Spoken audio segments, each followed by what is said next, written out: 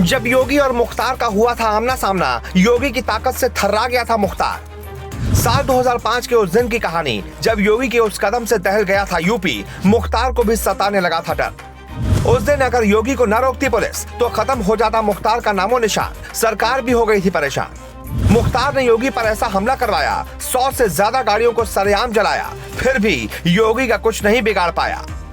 ये वो दौर था जब पूर्वांचल में मुख्तार अंसारी का सिक्का चलता था, उसे कोई रोकने वाला नहीं था। वो अपराध की दुनिया का बेताज बादशाह बन चुका था। ये वो दौर था जब मऊ की सड़कों पर माफिया मुख्तार अंसारी का काफिला गुजरता था तो किसी की क्या मजाल जो उनके काफिले के बीच आ जाए। एक लाइन से 786 नंबर की 20 से 30 एसयूवी गुजरती थी।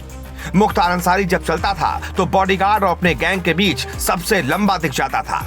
मुख्तार की ताकत का अंदाजा इस बात से लगाया जा सकता है कि वो खुली जीप में राइफल लेकर खुलेआम घूमता था। मुख्तार को रोकने की हिम्मत किसी के अंदर नहीं थी। लेकिन उस वक्त एक लड़का था जिसने मुख्तार की आंख में आंख मिलाकर उसे चैलेंज किया था। नाम था योगी आदित्यनाथ। आज हम आपको मुख्तार और योगी की उस भिड़ंत की कहानी बताएंगे जिसके बाद यूपी दहल गया था, सरकार हिल गई थी। मुख्तार को कोई चैलेंज करने वाला, उसकी आंख में आंख डालकर बात करने वाला मिल गया था। बात साल 1995 के आसपास की है। जेल से छूटने के बाद गाजीपुर के रहने वाले मुख्तार ने मऊ में अड्डा जमा लिया था। बहुजन समाज पार्टी में शामिल होने के साथ ही मऊ में बड़ी रैली निकालकर ताकत का एहसास करा। मुख्तार अंसारी 1996 में विधायक बन बैठा था। फिर 2002 में विधायक चुने जाने के 3 साल बाद साल 2005 में मुख्तार ने मऊ को दंगों से रक्त रंजित कर दिया था। बताया जाता है कि इन दंगों के चलते मऊ 1 महीने तक जलता रहा। इन दंगों की वजह इतिहास में पहली बार रेलवे संचालन बंद रहा।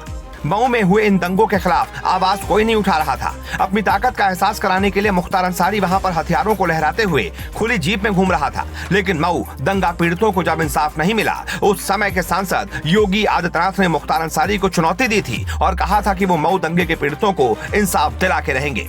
योगी प्लान बना चुके थे। साल 2006 में गोरक्षनाथ मंदिर से योगी मुख्तार से टकराने के लिए मऊ के लिए 10 से 12 गाड़ियों के काफिले के साथ निकल पड़े।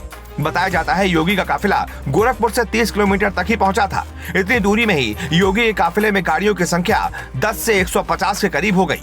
योगी अपने काफिले के साथ मऊ की तरफ बढ़ते जा रहे थे। वहीं लखनऊ में बैठी सरकार के हाथ पांव फूलते जा रहे थे। वो मुख्तार का आखिरी दिन था। तब न तो यूपी में बीजेपी की सरकार थी, न ही योगी इतने ताकतवर थे। लेकिन मुख्तार को चुनौती देने का जोश कम नहीं था। योगी के मन में मुख्तार का कोई खौफ नहीं था। योगी जैसे ही अपने काफिले के साथ गोरखपुर और मऊ के बॉर्डर दोहरी घाट पहुंचे, उनका काफिला रोक लिया गया। योगी को आगे जाने की परमिशन नहीं दी गई। हालांकि उस दिन सरकार और उस वक्त यूपी पुलिस के दबाव में वापस लौट गए। लेकिन हिंदुओं के ऊपर हुए जुल्म की वो आग उनके दिलों में धधकती रही। वहीं दूसरी तरफ मुख्तार सरकार की मदद से तुष्टीकरण का खेल खेल रहा था। मऊ दंगों के 3 साल बाद यानी साल 2008 में योगी ने मुख्तार अंसारी को फिर ललकारा। योगी ने हिंदू युवा वाहिनी के नेतृत्व में ऐलान किया कि वो आजमगढ़ में आतंकवाद के खिलाफ रैली निकालेंगे। तय तारीख के अनुसार 7 सितंबर 2008 को डीएवी डिग्री कॉलेज के मैदान में रैली का आयोजन किया गया। इसमें मुख्य वक्ता योगी आदित्यनाथ ही थे।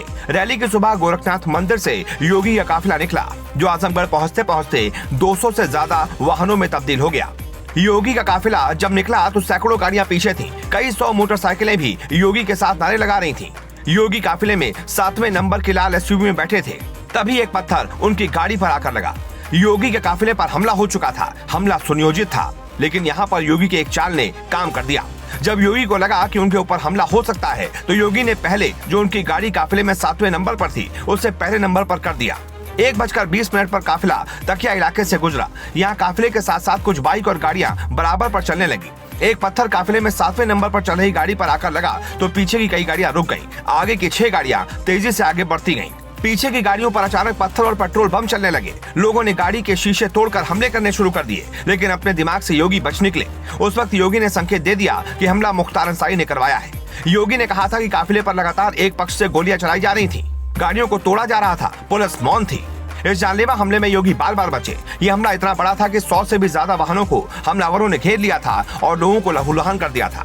दुनिया जानती है कि मऊ दंगों के समय मुख्तार को तत्कालीन सरकार का संरक्षण प्राप्त था और वो दिन ब दिन और ताकतवर बनता चला गया। लेकिन वक्त ने ऐसी करवट ली कि जो मुख्तार जीप में खुलेआम हथियार लहराता था, खुलेआम दंगे करवाता था, अब वो व्हील चेयर पर आ चुका है और अब बांधा हुए सलाखों के पीछे है। और योगी हैं यूपी के सीएम।